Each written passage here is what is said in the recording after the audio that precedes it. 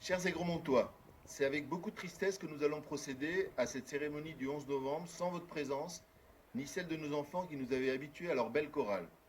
Croyez bien que nous le regrettons et vous donnons rendez-vous l'année prochaine dans de meilleures conditions. Cette épidémie du Covid que nous subissons depuis de longs mois aura une fin. Souvenons-nous de la grippe espagnole qui a décimé l'Europe et le monde à la fin de la Première Guerre mondiale avant de disparaître. Comme chaque année, nous allons rendre hommage aux Aigremontois morts dans les deux grandes guerres, puis nous appellerons nos soldats tombés cette année dans les opérations extérieures de la France. Enfin, dans cette année si particulière qui a vu partir nombre de nos anciens auxquels nous n'avons pu rendre un hommage collectif au cimetière pour leurs obsèques, nous rappellerons leurs noms en guise d'hommage. Nous démarrons maintenant notre cérémonie. Ouvrez le banc.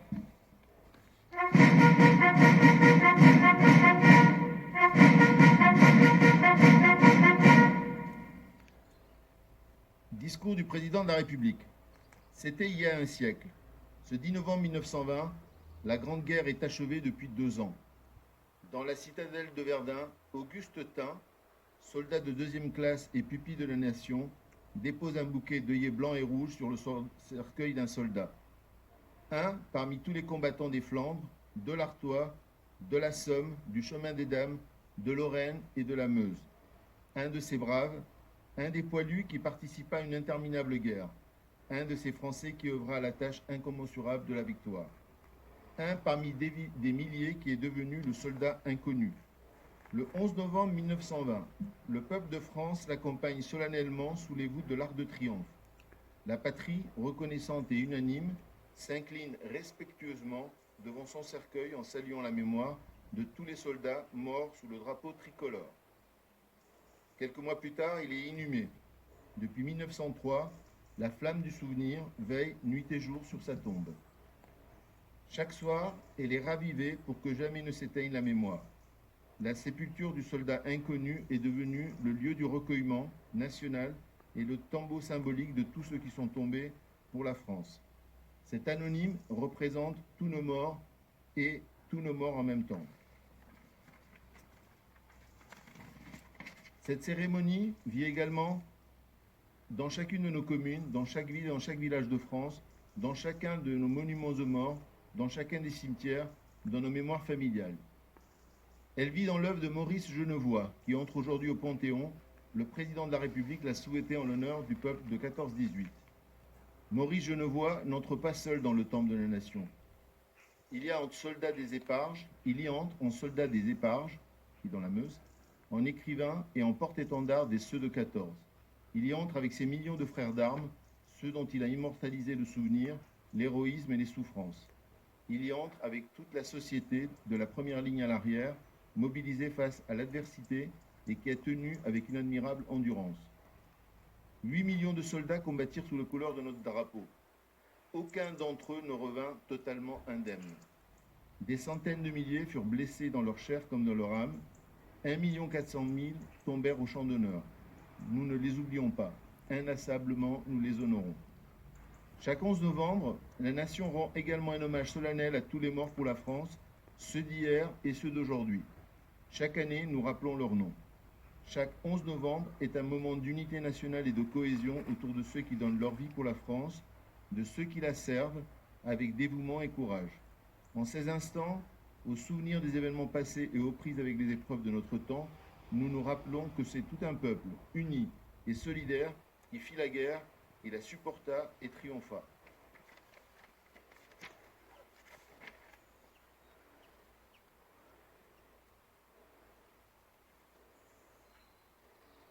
Donc le chant des partisans.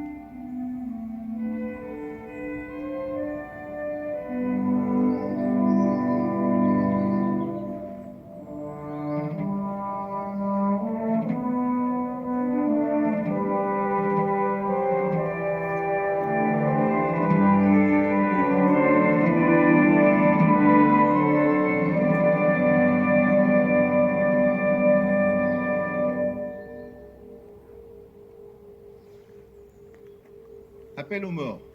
Guerre 1914-1918. Fauré-Joseph, mort pour la France. Perrault Charles, mort pour la France. Guillemette Léon, mort pour la France. Le tyran Raymond, mort pour la France. Louvet Léon, mort pour la France. Prunier Gustave, mort pour la France. Raymond Alexis, mort pour la France. Laporte Gaston, mort pour la France. Louvet Francis, mort pour la France. Guerre 1939-1945. Lebert Albert, mort pour la France.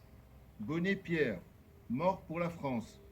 Guerre des territoires d'outre-mer. Durand Francis, mort pour la France. Maintenant, nous allons donner lecture au nom des morts pour la France dans cette année 2020.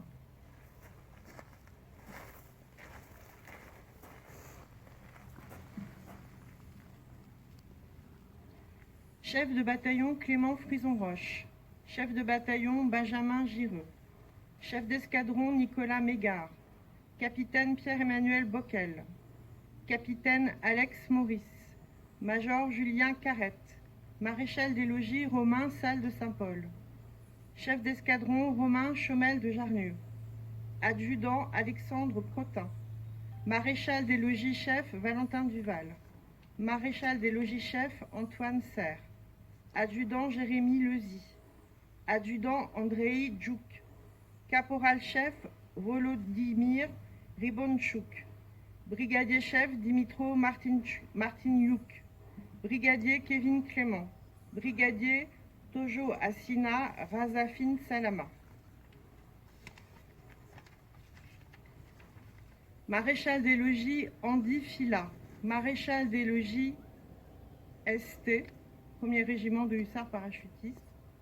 Brigadier Arnaud Volpé, mort pour la France.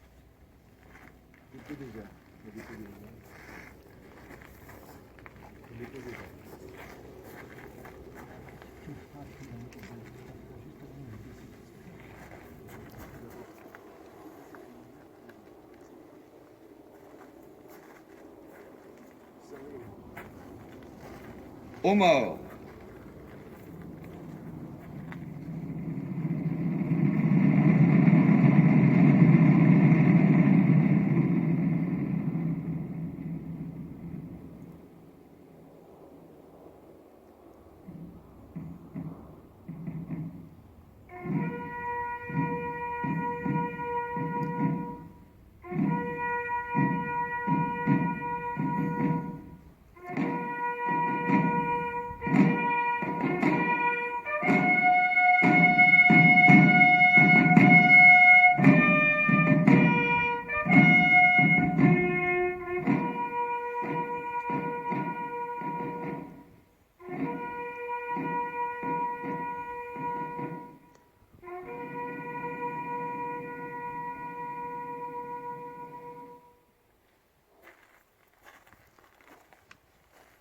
Nous allons maintenant rappeler la mémoire des Aigremontois qui nous ont quittés cette année et auxquels on a pu rendre hommage au cimetière dû à la crise du Covid.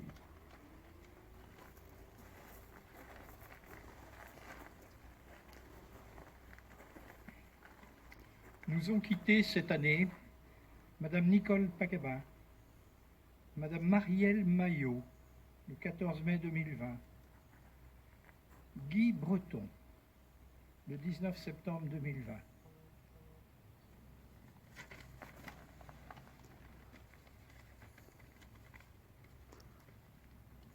Monsieur Henri Gillard, le 30 mars 2020. Madame Wang Hu-Fong, épouse Bailly, Jeanne, le 12 avril. Monsieur Jean-François Golvan, le 25 mai 2020. Et Paola Guénaud-Renard, le 9 novembre 2020.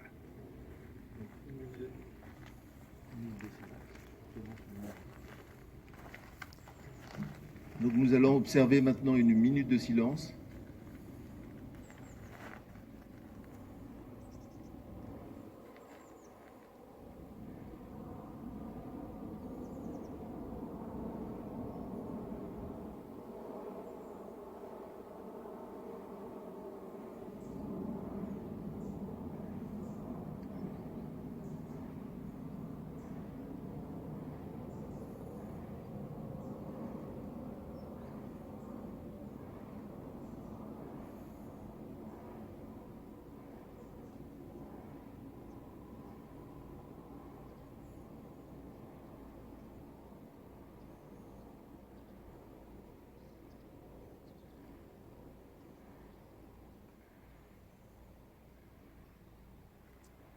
Merci.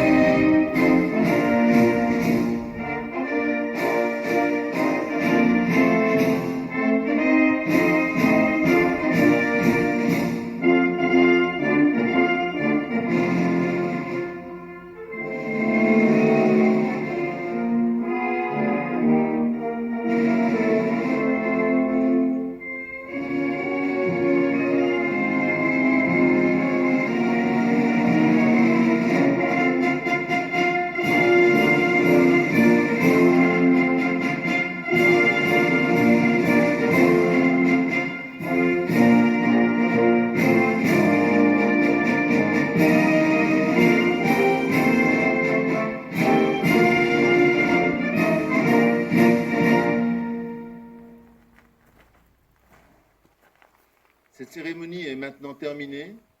Vive la République, vive la France.